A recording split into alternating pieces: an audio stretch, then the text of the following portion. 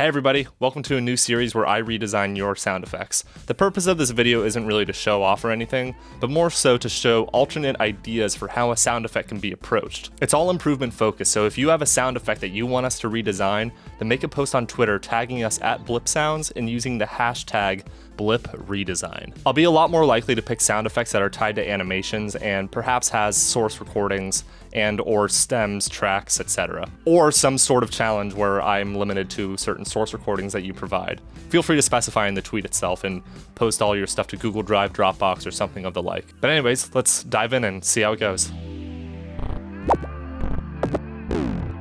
So our first one is from Elvin.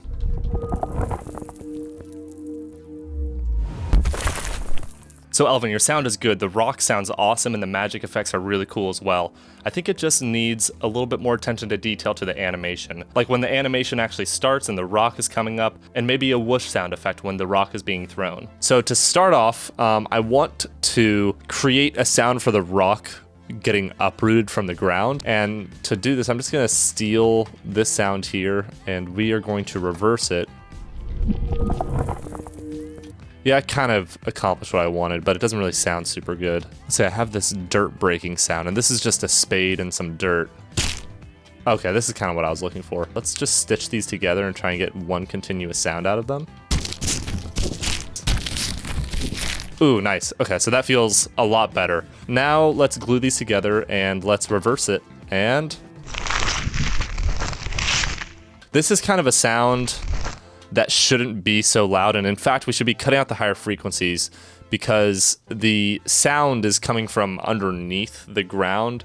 So I think we want to emulate the sound of it coming up from through the dirt and grass in EQ and cut out the higher frequencies.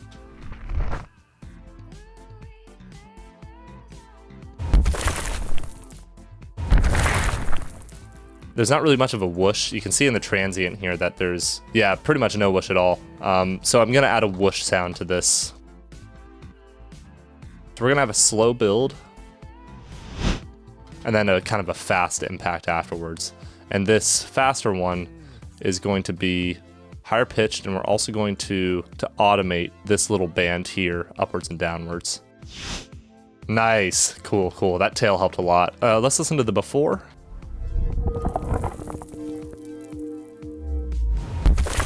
Let's listen to the after.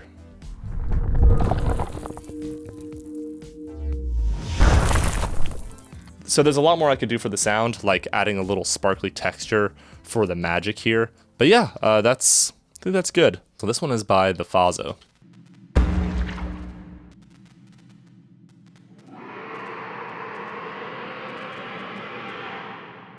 Fazo, your monster sound is cool, and I think you did a really good job of attenuating it with the reverb and making it sound like it's in the distance, but ultimately I think that there's a little bit too much processing on it. And when you do too much processing, sometimes you lose the tiny attention to details. Or the source recording just needs to be a little bit cleaner.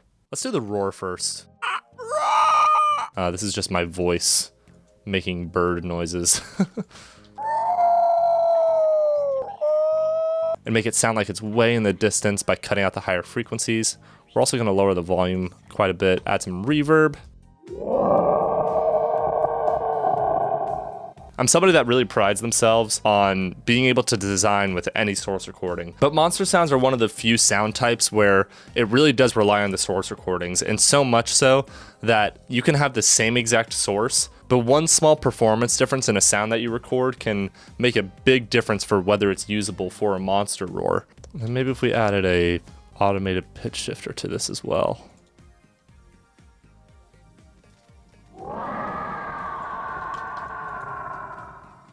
And now for the explosion. So we're gonna take the same computer duster sample we had from before. You can already hear that that's helping it out a little bit just by adding the higher frequencies in the mix. And then I'm gonna cut out the 8K range a little bit. Also, a little bit of like an anticipatory sound doesn't hurt here. Just like to have it start a little bit early with a fade like this. You really need two sounds here. You need the sound of an explosion, and then you also want the sound of it slapping against the wall. Actually, this needs to be more secondary. Like you can see the animation here, the explosion happens and then the splat happens a little bit after. You do have the splat coming at you. I think it just needs to be more prominent, like the attack of it needs to be a little bit stronger. I have this airplane sound pass that I have lying around, and I love using it for really big,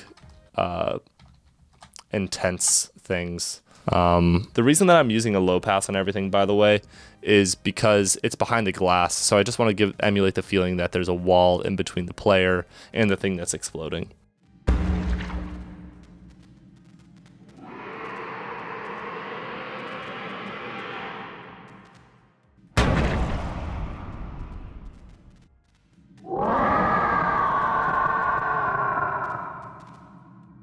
So yeah, let's move on to the last sound.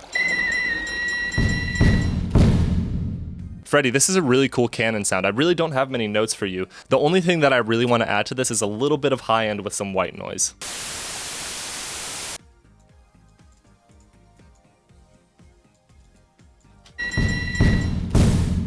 I'm going to try and add an airplane sound to it as well. It just gives this effect that it's going far away in the distance. The impact that you have on it is really strong.